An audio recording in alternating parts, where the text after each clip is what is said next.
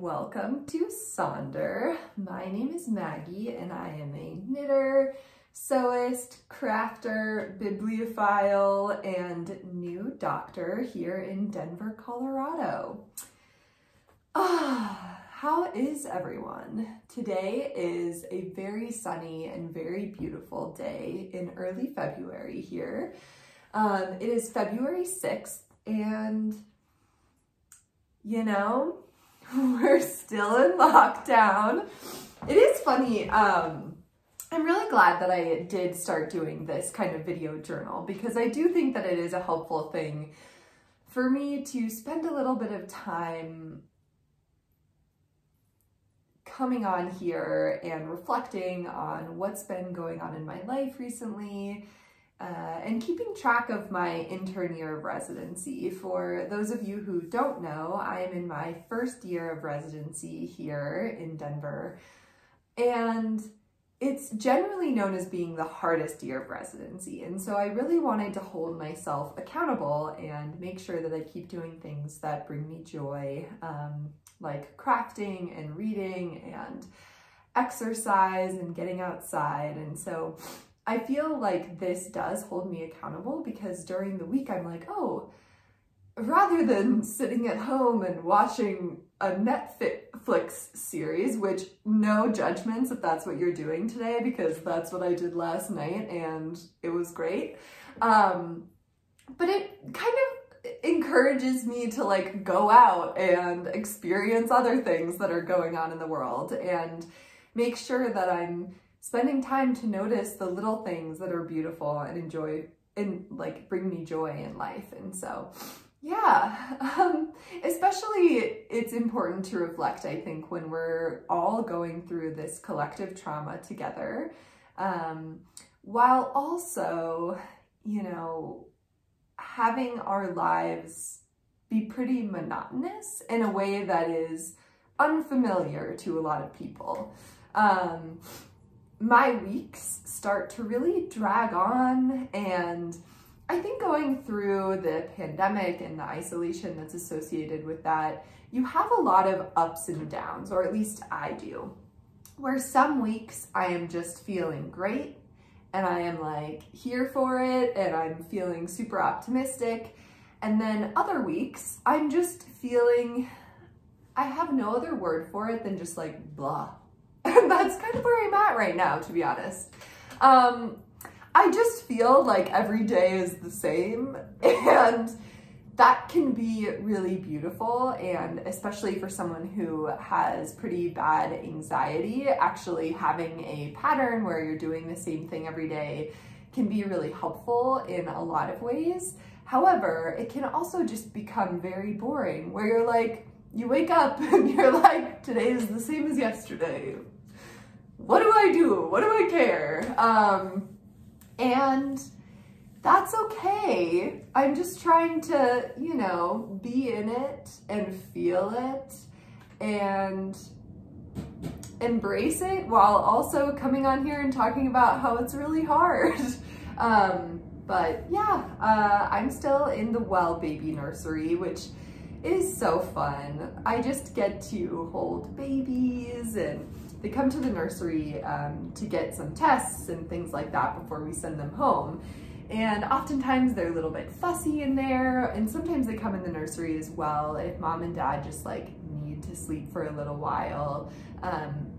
Here in the United States, we generally don't keep babies that were born vaginally with no issues for very long in the hospital.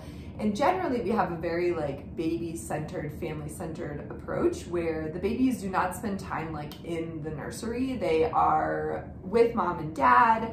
breastfeeding and bonding and all those things. But sometimes moms have been up for like 40 hours and they just need a nap.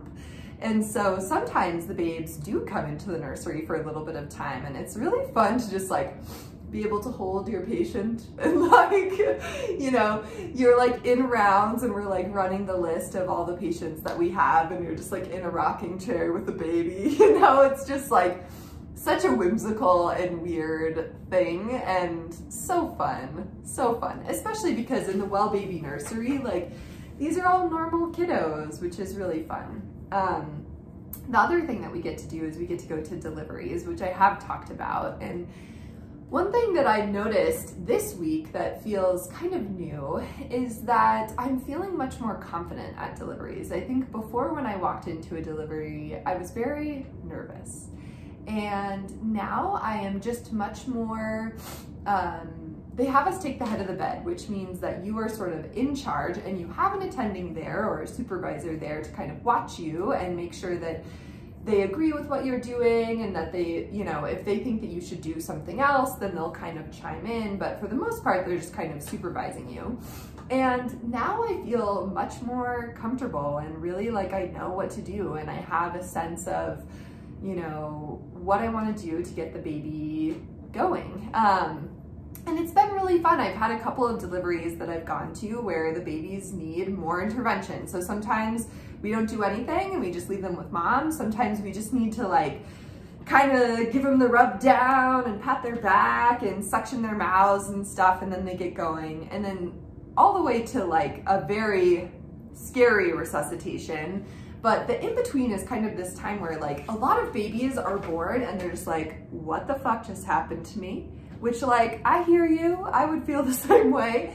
And especially babies born by C-section, they don't have the labor, they don't go through the birth canal. And that process really pushes a lot of fluid out of the baby's lungs. And so when babies are born via C-section, oftentimes we have to do a little bit more intervention. Sometimes not, but sometimes we do.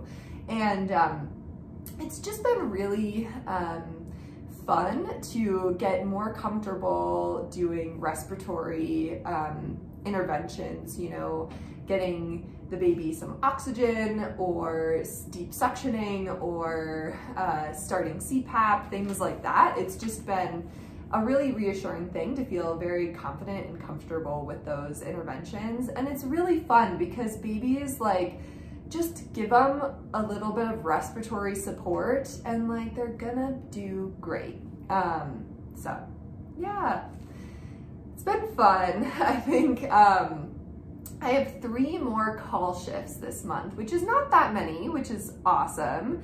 But it's just exhausting, and I have to work a lot of weekends during this shift this month, which is kind of hard. And so that's why I'm recording now, is that it's just a little, you know, my week's just a little bit off. And yeah, I think for me, I much prefer the like week of nights than, so a lot of times what we do when we're inpatient is we have 3 weeks of days and 1 week of nights worked in there. And for me, it's just much easier to like do the complete flip than it is to like every so often like work 24 to 28 hours straight. Like it's just hard for my body to do that. And I've been doing it for a long time now, so it's fine. But yeah, so that's where I'm at. It's not that exciting. Last week, I had put into the universe that I wanted to do a little bit more yoga, and I kind of did that. In the last week, went skiing twice, which was great. One of the days there was a lot of powder and it was super fun. And then the next day was just like a beautiful bluebird groomer day. And I just love ripping groomers like really fast. I really like to go really fast. And so I find groomer skiing to be quite fun.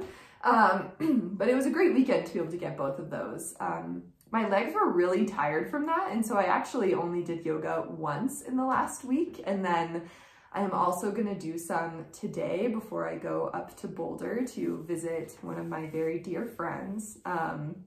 And so, yeah, I think I wanted to do it 3 times, and I did it 1 time, but that 1 time was 1 time more than last week, so you know, I don't know. I feel good about that. I think for me, I want to continue to be intentional about incorporating yoga into a more frequent practice. And so I'm going to have the goal again of 3 days, and hopefully I'll be able to meet it. I'm not going to be skiing as much, so I think my legs will be a little bit more up for the task. So that's enough about me. You know, it's funny that I am just talking on and on about how my week has been so boring and monotonous, and somehow I still managed to talk for 10 minutes. So who the fuck knows? Anyway, I will move into a little bit of crafty chatter. I'll start with what I'm wearing. So I'm wearing my Wool and Honey sweater by Andrea Mowry, and then my Excuse Me shawl by Stephen West. And yeah, I have been extremely monogamous. I am still trying to decide what I want to do with my Nordiska, and I think what I have decided is that I think I'm going to knit the neckband and just see what happens. Because I think that I truly do want the neckband to be like the same color as the sweater. I really like that detail, and I think that it will be much less obvious if I make any mistakes while I'm picking up the stitches. So I think I've decided on doing that.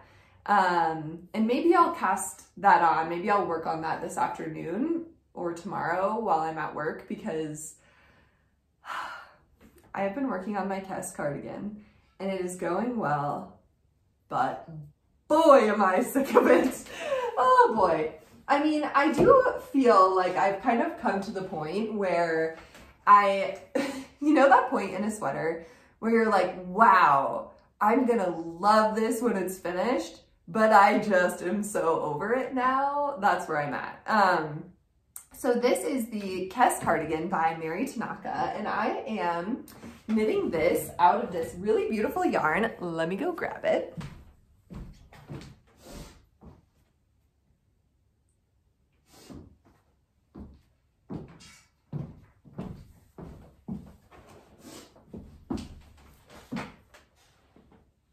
So I am knitting this out of WZ Felt and Yarn High Mountain Wool of Routt County. I've showed this a bunch of times, but it's just this really beautiful heathered warm gray with bits of brown in it as well. And it's a really beautiful sumptuous yarn from the valley that I grew up in. And I am making this beautiful heirloom cardigan. And last time, I think I had maybe finished one sleeve or gotten like part of the way through a sleeve.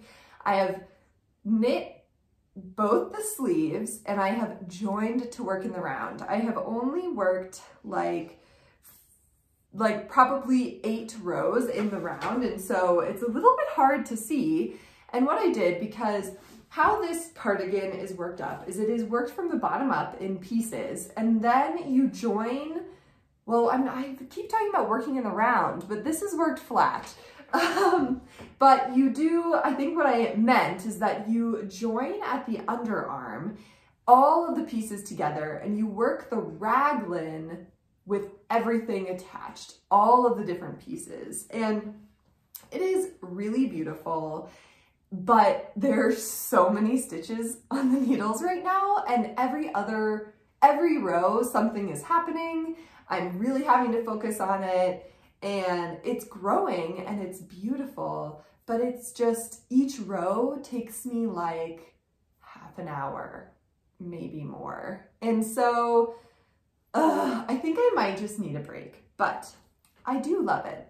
Because it's seamed in the bottom, it's seamed at the underarms as well as at the sides, I decided to actually use some removable stitch markers to put it together so that you can see a little bit more what the sweater looks like. Because before, when I had it together, it was just like all of these things hanging off, and I was just like, I think very demoralized because it was also just impossible to see what it would actually look like. So I have done that, and it is fun to see it come together. So this is it. Oh my gosh, I've done so much work. So let me just get up close and personal here. So it has several different cables.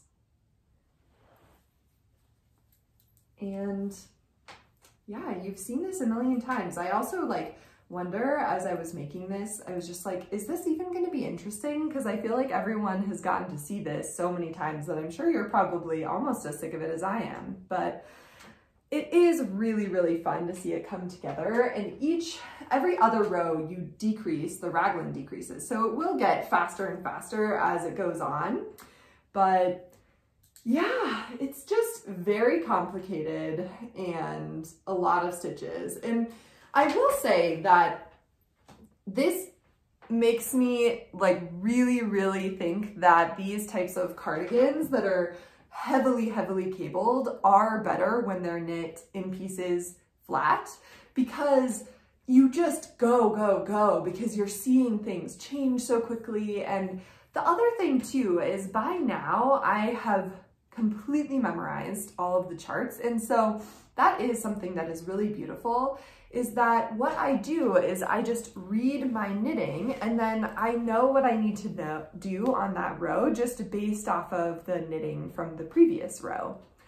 And that is so helpful. I think if I had to look at the chart every single row, there's no way I would ever be able to get this done. But because it's knit in pieces flat, you get a lot of instant gratification. And now when all of the pieces are joined together, it is much slower and much more tedious, but I want this so bad.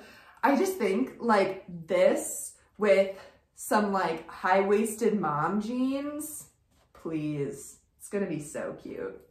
So, and this is an heirloom piece. This is something that I am going to have really for the rest of my life, and hopefully something that I can pass on to future generations, and yeah, just keep this really beautiful craft alive, and hopefully support farmers and ranchers in my local community so they continue to grow sheep and support a local industry. So yeah, I'm really loving the Kess cardigan by Meri Tanaka. It is so beautiful, and when I'm finished with it, I know that it's something that I'm going to wear constantly, but it's just a lot. It's just a lot. And so I don't know, I think I might need a little bit of a break from it. We'll see.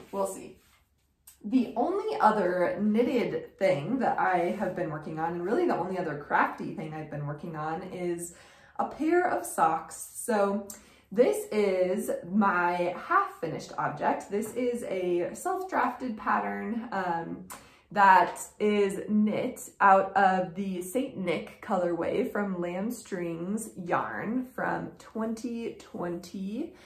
And I really love it. I particularly really love this red with it because it's just like an almost pink red, and it's not necessarily the red that I would have associated with Christmas, but I find it so Christmassy in the most beautiful way. I love it. So I cast on the second sock and knit almost the entire cuff on our drive back from Steamboat. So we went skiing, like I said, last weekend, and our drive back, there was a little bit of traffic, and so I was able to knit this entire cuff.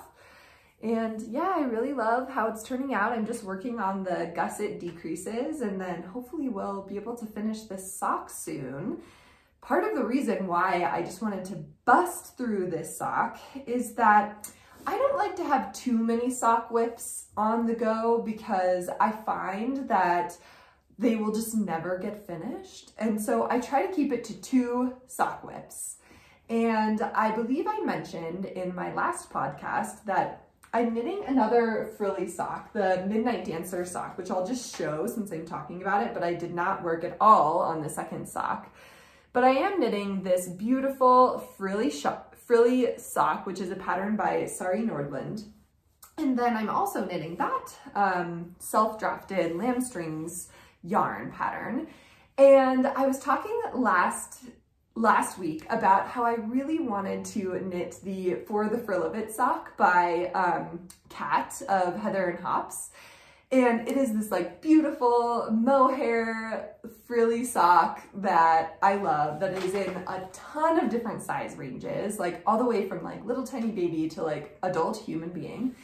And Katt watched this podcast and sent it to me on Ravelry. And so I have that pattern now, which was like so kind of her. And I really wanted to buy it because I wanted to support her designs. Everything she makes is like really, really beautiful. So, but yeah, it was just such a beautiful gesture to get that. And this knitting community, it's so, I love it. I feel like we've just made so many friends online, and it's just the most beautiful form of connecting on the internet. So I truly feel like I've made so many friends in the last few weeks just on this platform, and I love the community. But anyway, so thank you, Katt. It was like the kindest thing in the world. And it just made, I don't know, I was having kind of a like hard day at work, and I saw that text and I was like, oh, it was so lovely. So anyhow,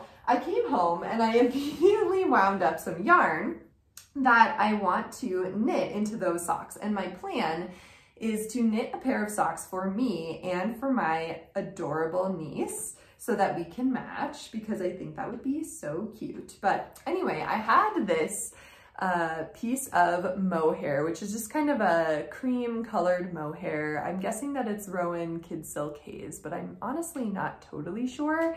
And I actually don't even remember what this is from, which is kind of alarming, you know? Like you find something in your stash and you're like, I don't remember knitting this. I honestly don't remember what project this was in, but whatever, it was in my stash and I have a little bit of leftover, and I thought it would go really beautifully with this yarn.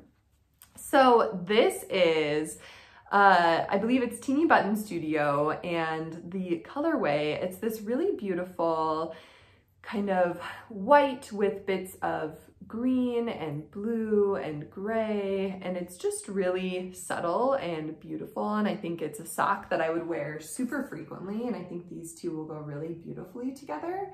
The colorway, I think it's like the window to the Great Lake or something like that, which in my brain, and I could be wrong about this, but I believe that it's a Harry Potter reference. So I know that there are several different references to the Great Lake. So in the Slytherin common room, there is a window to the Great Lake, and it kind of makes the Slytherin common room look green because it's underwater. So it's sort of in the basement of Hogwarts. And so you kind of have like the underwater color. I think I might be getting that wrong, but so I think that's part of the reason why there's this green in this skein, and then there's blue in this skein as well. And I believe that that is because the Ravenclaw common room is in one of the towers similar to the Gryffindor common room, and they have a window that looks out onto the Great Lake in the Ravenclaw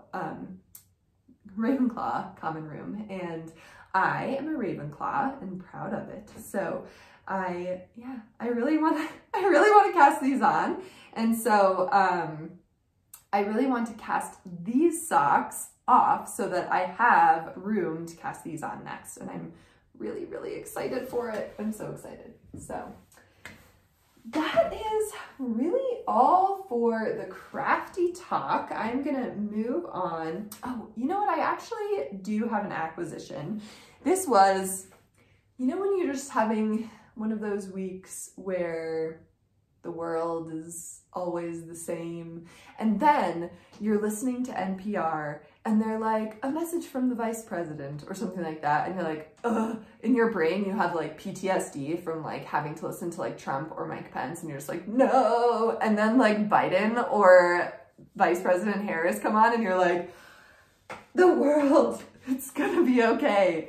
Anyway, I was watching the Legacy Fiber Arts podcast, and they have this sock set called, excuse me, called the Glass Ceiling. And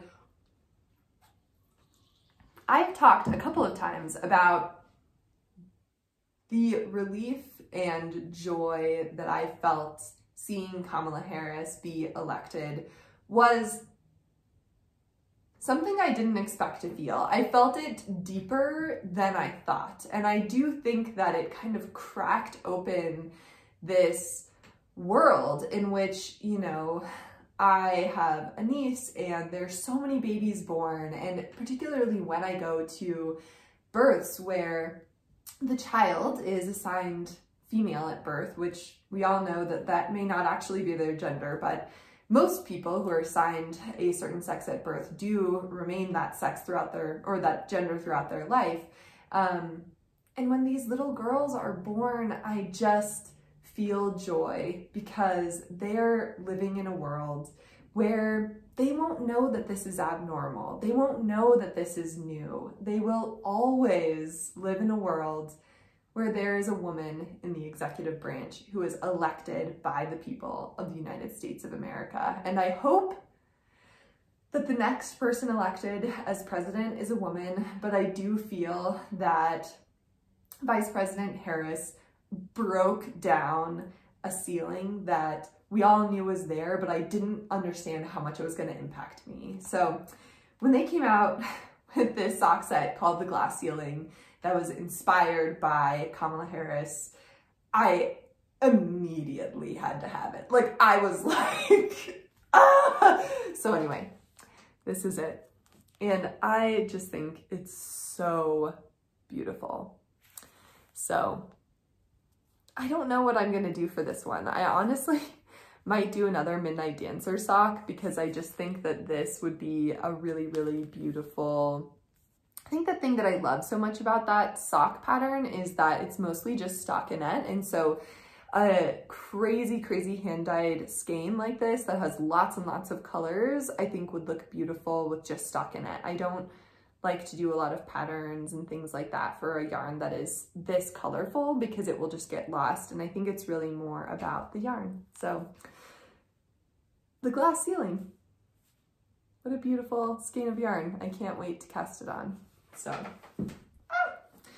anyhow, I am gonna move on to some bookish talk now. I finished one book and am reading 2 books right now.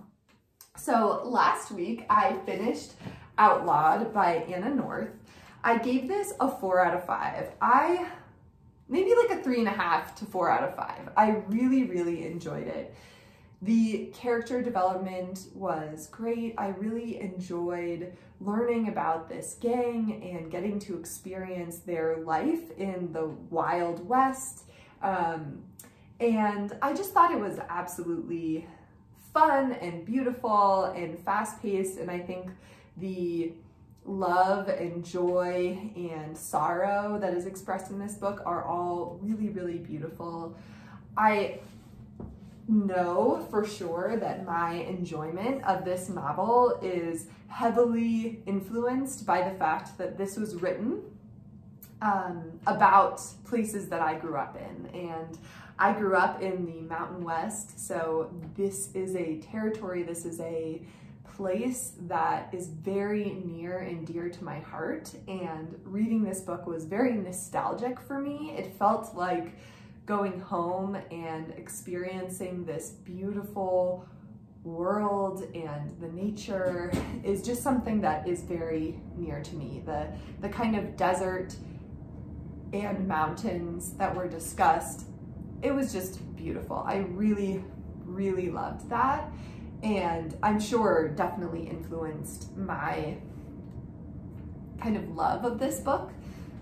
It's really quite short, and so that was also very enjoyable because I was able to just lose myself in this different world, but not be committed to being, generally a lot of the books I read are very, very long. And so it was kind of a nice reprieve to have a shorter book that really just told this story, this glimpse into a woman's life, and then it's gone.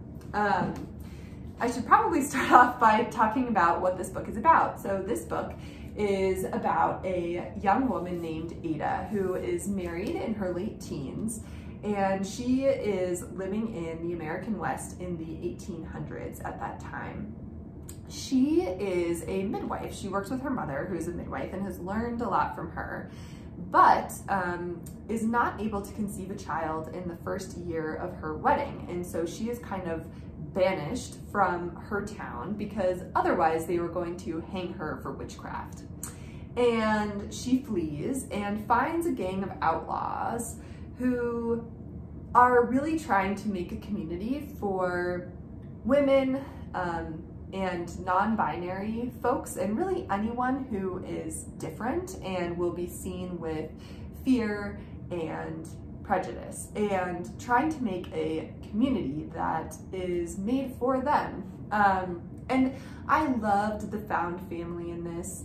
I think that the reason why I don't give it like a full 5 out of 5 is that despite me saying that I liked that it was a shorter novel, I wanted so much more. Like, I wanted to know so much more about all of the characters. I just think that this novel could have easily been a 600-page novel that I would have devoured. I do think that there were parts of it that were rushed. There were things that because it's hard. So, you know, I think in general, novels like this was a very plot-driven novel more than a character-driven novel. And in general, my reading preference is for a character-driven story.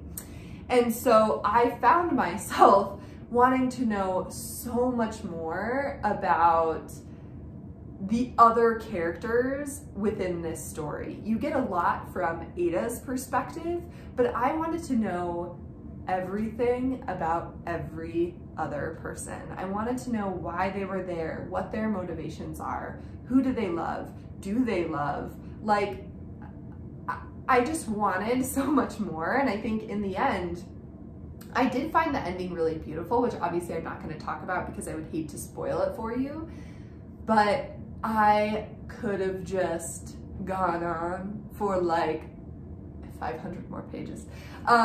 So yeah, I really loved this book. I thought that it was really fantastic and has a lot of beautiful things going for it. And I will say, even though this author is not from the American West, I think she's from, she grew up in Los Angeles. So I guess that's the American West, but this is like specifically like the Mountain West. Like it takes place in like, Wyoming, Colorado, and Utah are the main places.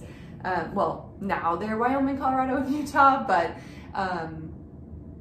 she portrayed the landscape here beautifully. And I really, really enjoyed that. So yeah, Outlawed by Anna North.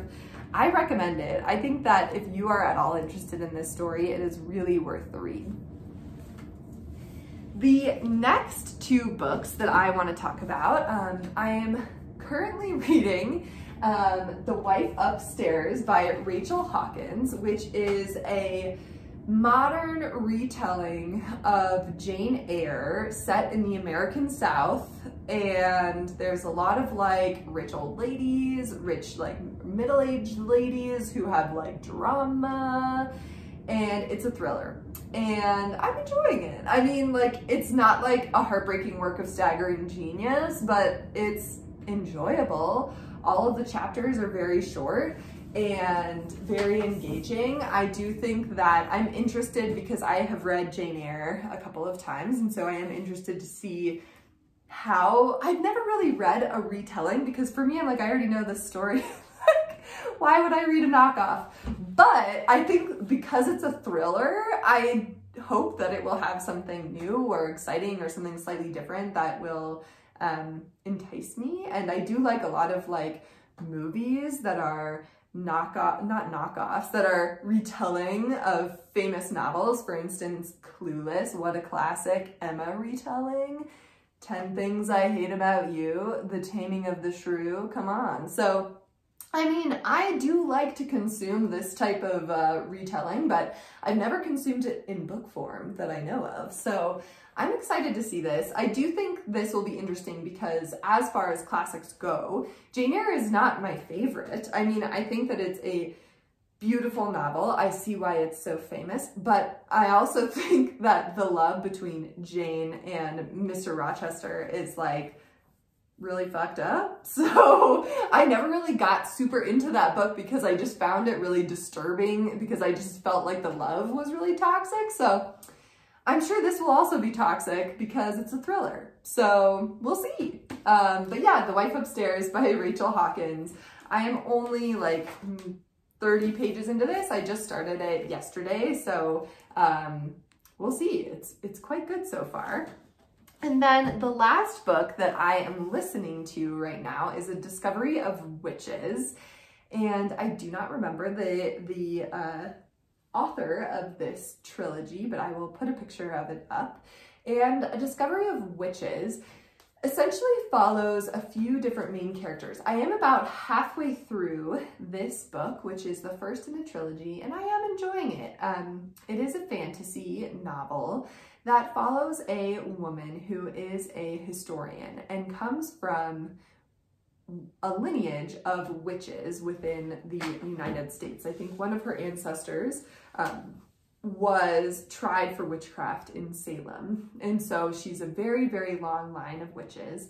And her parents have died when she was fairly young. And so she kind of always associates their death with witchcraft and so tries to push it away and make her own way in the world. And so she becomes a historian and is working in archives in England, doing research, and she comes across a magical object that has been lost for centuries and is able to break this spell, and that kind of sets into motion a huge shift in her life, and it follows her and the various other magical beings that she interacts with. There are demons, there are other witches and wizards, there are vampires, and I'm finding it really enjoyable. It's a nice kind of escape. I do really, really love fantasy for its escapism. So that has been an enjoyable read. I think, again, it's not anything that's completely mind-blowing, but is something that I've really enjoyed consuming, and I'm excited to see how the first book ends before I decide if I'm gonna continue reading on in the series. But for now, I'm enjoying it, and I think it will be something that is helpful to read during my shift tomorrow. I'll be doing a 24-hour shift in the NICU, the neonatal ICU, tomorrow. So I'm sure I'll read more of that to come. The last thing I wanted to talk about is I've been talking about how I need like a little palette cleanser and how my week has been just a little blah, and I'm just feeling a little bit off. And so I think that I thought I could do a palette cleanser for me and a palette cleanser for you. So mine will be a crafty palette cleanser, and yours will be a book palette cleanser. And honestly, this is just like so I have an excuse to share like probably my favorite read of 2020. So my palette cleanser is I have these two skeins. I don't know where the other one is, but I think that I'm going to cast on with this. This is, again, from the same fiber mill that I'm knitting my Kess cardigan out of. And this is this really, really beautiful worsted, I would say light worsted weight, woolen spun yarn that I am obsessed with. It's called The Flock Comes Home.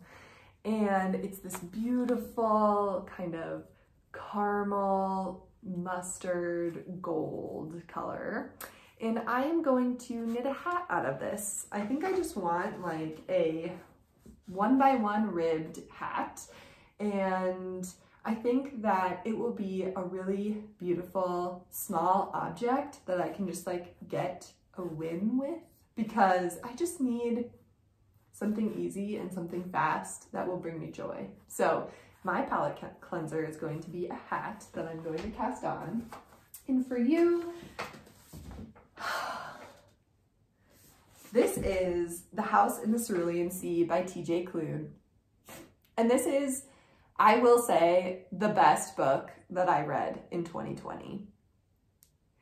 It brought me so much joy, I don't even know where to begin.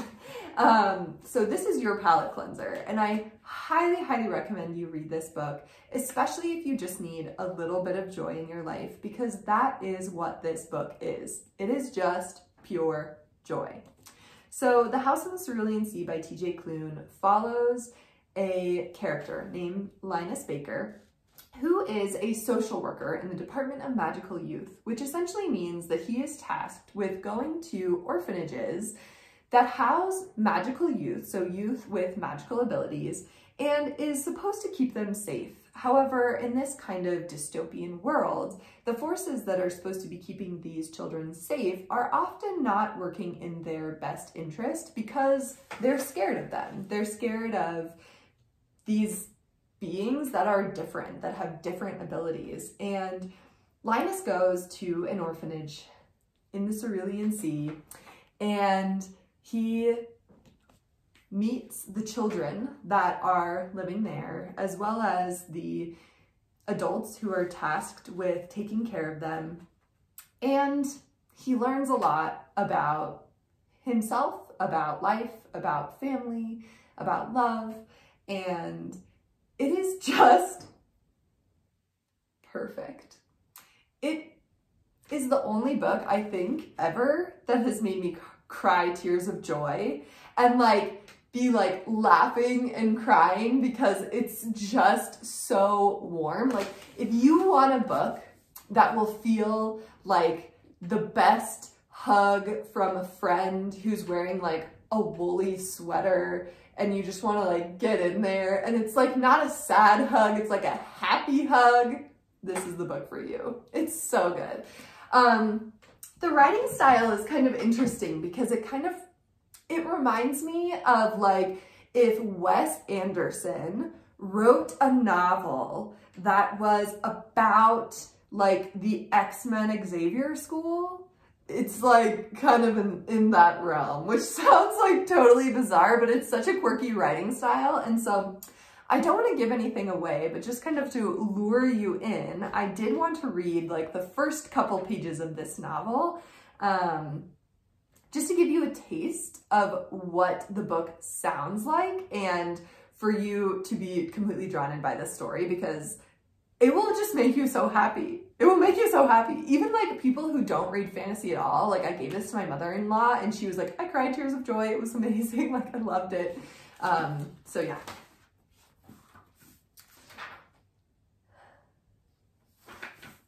The House in the Cerulean Sea. 1. Oh dear, Linus Baker said, wiping the sweat from his brow. This is most unusual. That was an understatement.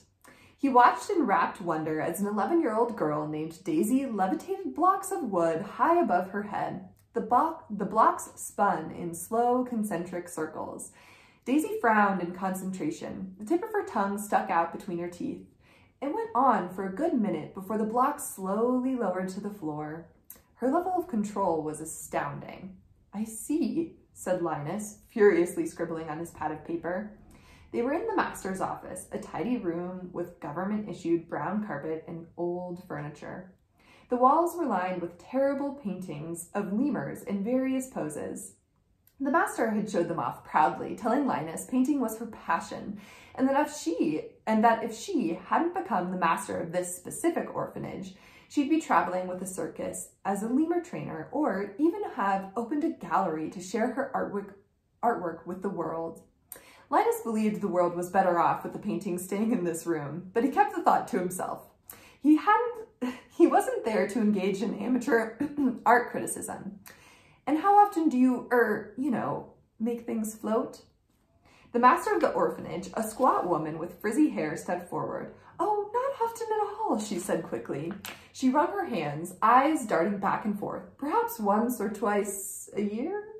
Linus coughed. A month? The woman amended. Silly me. I don't know why I said a year. Slip of the tongue. Yes, once or twice a month. You know how it is. The older children get, the more they do things. Is that right? Linus asked Daisy. Oh, yes, Daisy said. Once or twice a month, then no more. She smiled beatifically at him, and Linus wondered if she'd been coached on her answers before his arrival. It wouldn't be the first time it happened, and he doubted it'd be the last. Of course, Linus said. They waited as his pen continued to scratch along the paper. He could feel their gazes on him, but he kept his focus on his words. Accuracy demanded attention. He was nothing but thorough, and his visit to this particular orphanage had been enlightening, to say the least.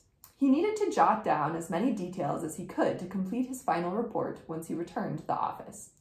The master fussed over Daisy, pulling her unruly black hair back, fixing it in place and with plastic butterfly clips. Daisy was staring forlornly at her blocks on the floor as she wished they were levitating once more, her bushy eyebrows twitching. Do you have control over it? Linus asked. Before Daisy could open her mouth, the master said, Of course she does. We never allow her to. Linus held up his hand. I would appreciate, madame, if I could hear from Daisy herself. While I have no doubt you have her best interest in mind, I find that children such as Daisy here tend to be more forthright. The master looked to speak again until Linus arched an eyebrow. She sighed as she nodded, taking a step back from Daisy. After scribbling a final note, Linus capped his pen and set it and the pad of paper back in his briefcase. He stood from his chair and crouched before Daisy, knees groaning in protest. Daisy gnawed on her lip, eyes wide. Daisy, do you have control over it? She nodded slowly. I think so. I haven't hurt anyone since I was brought here. Her mouth twisted down. Not until Marcus. I don't like hurting people. He could almost believe that. No one said you did, but sometimes we can't always control the gifts we're given. And it's not necessarily the fault of those with said gifts. That didn't seem to make her feel better. Then whose fault is it? Linus blinked. Well, I suppose there are all sorts of factors. Modern research suggests extreme emotional states can trigger instances such as yours. Sadness, anger, even happiness. Perhaps you were so happy you accidentally threw a chair at your friend Marcus. It was the reason he'd been sent here in the first place. Marcus had been seen in hospital in order to have his tail looked after. It'd been bent at an odd angle, and the hospital had reported it directly to the department in charge of magical youth, as they were required to do. The report triggered an investigation, which is why Linus had been assigned to this particular orphanage. Oh my gosh, it's so quirky, it's so good. It's just a feel-good, happy book. So if you're looking for a little reprieve from 2021, from 2020, from COVID, from this world, please read this book. All right, with that, I hope you have a really fantastic weekend or week ahead, and I'll see you soon for the next one. Bye.